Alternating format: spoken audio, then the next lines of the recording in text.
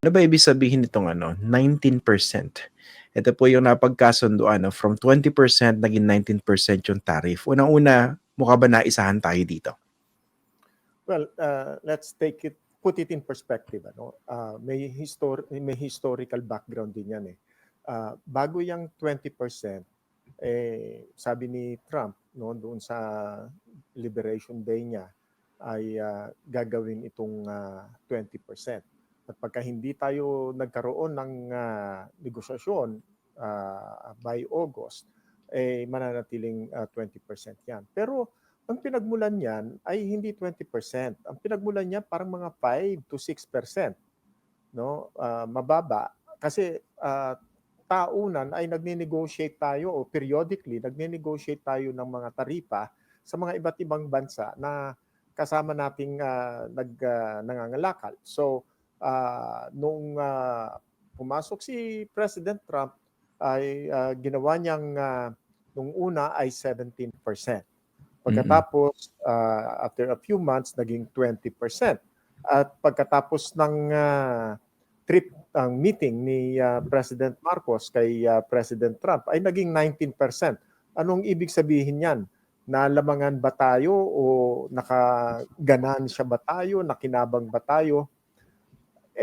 Kung naibaba ng 1% pero ang pinagmulan niyan ay mababa pa, naging mula sa 17%, naging 20%, ngayon ay 19%, para bang nakakalito na. Ano ba talaga ang kabuuan ng taripa na ipapataw sa Pilipinas? At ano bang mga produkto ang pumapasok sa Amerika at ano naman ang kinukuha natin mula sa Amerika? Pagkatapos ng pag-uusap natin last time, I tried to take a look at what we were exporting to the US.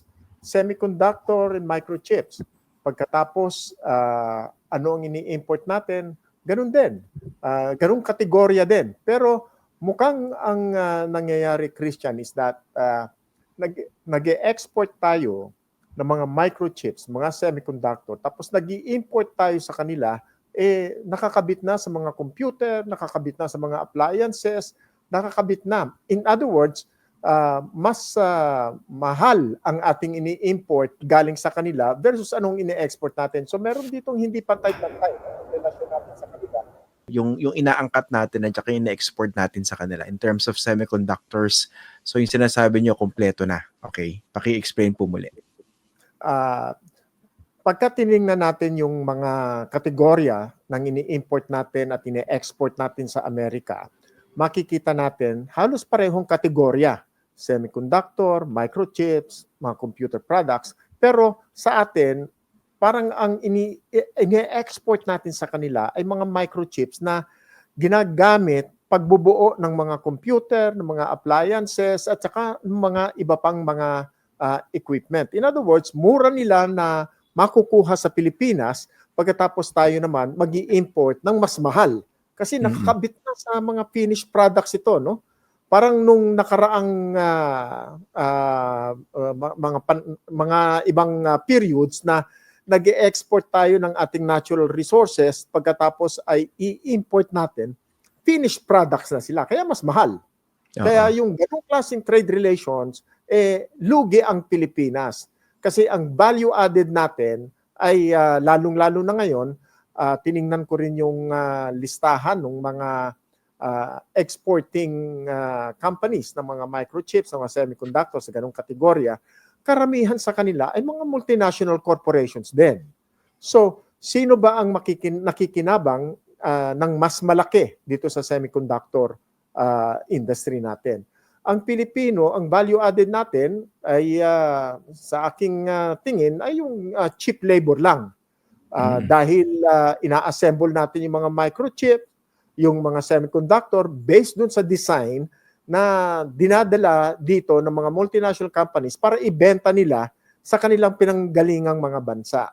So, kailangan maunawaan natin paano ba natin mababago ang ating trading relation sa Amerika at sa iba pang bansa kung mananatili na low value added ang ating mga produkto, lugi talaga ang Pilipinas. Talagang magiging lugi. Ngayon, tinaasan, naging 20%, ibinabasa 19%. Ang rinig ko sa press conference ng ating Pangulo kanina, significant ang ating achievement doon sa negotiation na yon. Pero the last time I looked, 19% is not equal to 0%. Kung tatanungin, balik tayo doon sa topic na ibinigay mo sa akin, na isahan ba tayo? Ako, ang masasabi ko lang doon, hindi na isahan pero parang nakakainsulto, no? Na ipapantay natin ang 19% na ibinabayad o kakaltasin sa ating mga exporter ay hindi kapantay sa 0% na inimpose nila. Actually, imposition ito Sabi nila, papasok kayo dito sa amin, pero papasok kami sa Pilipinas ng libre. Mukhang hindi yata pantay ang ganung klaseng relasyon. Okay. Ilagay din natin sa perspective, no? Kasi pinaplantya pa raw yung fine details itong kasunduan na ito. Pero dun sa press ko ng presidente ni BBM, ang binanggit niya, hindi naman daw lahat ng mga produkto manggagaling sa Amerika at papasok sa merkado dito sa Pilipinas ay zero tariff. Ang binabanggit niya, automobile. Okay, assuming na yun lang talaga, no? Ano po ba magiging impact nun? So, zero tariff sa mga automobile sa manggagaling sa Amerika. Kung zero tariff, no, may impact yan sa budget natin. Yung ating revenue collection ay lalong bababa pa. Kasi libre sila makakapasok dito, mababawasan ang tariff revenues ng Pilipinas. So ang ating budget deficit lalong lalaki. So anong gagawin ng Pilipinas? Mangungutang tayo para mapagpunuan yung deficit na yon. So may impact yan. Baski sabihin nila na kotse lang or mga sasakyan, may impact yan. Lalong-lalo na, meron din ditong mga sasakyan na ini-export ng Japan, ng Korea, at ng China. So, magkakaroon ng parang sasabihin nila, bakit ang Amerika 0%? Bakit kami merong taripa?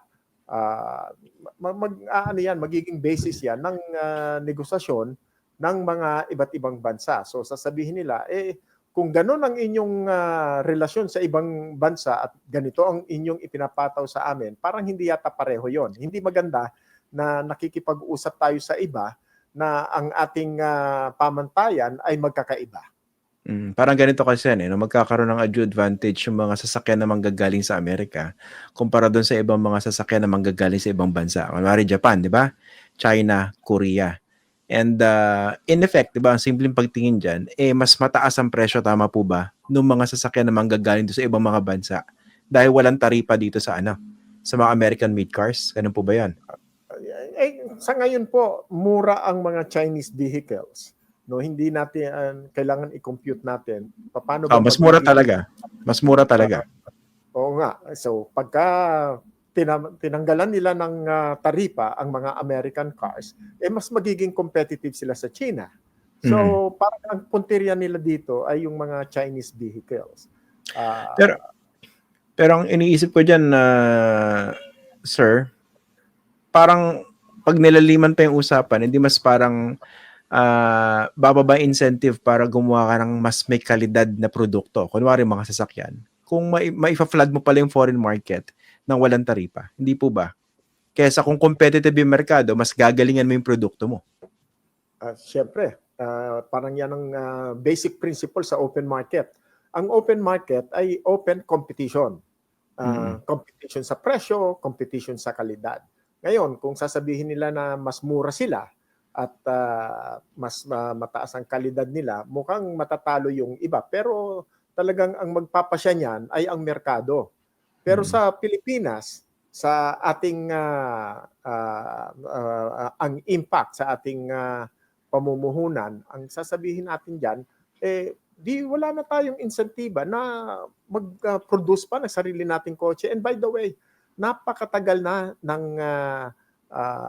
car protection program ng Pilipinas, no? Kaya mataas ang taripa doon sa mga imported. So ngayon, mukhang sinisira na nila yon. Papapasukin na nila ng libre ang American car. So magkakaroon ng parang kailangan natatawag ng consistency ang mga iba't iba pang mga exporter dito sa Pilipinas. Ngayon, parang may disincentive din sa atin. Kala ko ba mass transportation ang ating sagot doon sa congestion sa kalye. Pero ngayon, parang binigyan nila ng insentiba ang mga Pilipino, bumili nila kayo ng kotse, di lalo tayong lalala ang congestion dito sa ating bansa. So, it does not make economic sense. In other words, ang bottom line dyan is that does it make economic sense for the Philippines sa ating trading relations with the US? Mukhang wala po. Hindi po yan ang nakikita natin.